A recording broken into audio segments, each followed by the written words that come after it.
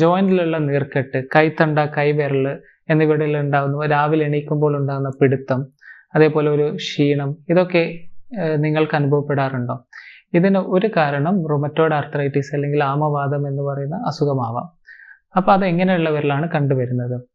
അമിതമായ ശരീരഭാരമുള്ളവരിൽ, കൃത്യമായിട്ടുള്ള balanced diet follow ചെയ്യാത്തവരിൽ, smoking, പുകവലി കൂടുതലായിട്ടുള്ളവരിൽ, കൃത്യമായിട്ട് എക്സസൈസ് ചെയ്യാത്തവരിൽ, പിന്നെ പാരമ്പര്യമായിട്ടും പിന്നെ വീട്ടിൽ പാരൻസിനുണ്ടെങ്കിൽ കണ്ടുവരാറുണ്ട്. അതേപോലെ സ്ത്രീകളിൽ പിന്നെ പുരുഷനേക്കാൾ ഒരു 4 മടങ്ങോളം കൂടുതൽ റുമറ്റോയ്ഡ് ആർത്രൈറ്റിസ് അല്ലെങ്കിൽ ആമവാദം കണ്ടുവരുന്നുണ്ട്.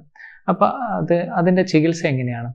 ആദ്യം തന്നെ അമിതഭാരമുള്ളവർ വെയിറ്റ് കുറക്കുക, അതേപോലെ ടെൻഷൻ, സ്മോക്കിംഗ് ഇതെല്ലാം ഒഴിവാക്കുക. പിന്നെ കൃത്യമായിട്ടൊരു ഡിസീസ് മോഡിഫൈയിങ് ഡ്രഗ്സ് ഉണ്ട്, അത് മെഡിസിൻ കഴിക്കാം. ഇത് മെഡിസിൻ കഴിച്ചു കഴിഞ്ഞാലും കുറച്ച് പേരിൽ ജോയിൻറ്റിലുള്ള നീർക്കെട്ട്, ഇപ്പോൾ മുട്ടിലാണെങ്കിൽ നീർക്കെട്ട് അത് അവിടെ നിൽക്കുന്നത് കാണാം, വേദനയും നിൽക്കുന്നത്. അങ്ങനെയുള്ളവരിൽ നമുക്ക് പിന്നെ മുട്ടിൽ intra articular steroid injection try ചെയ്യാവുന്നതാണ്.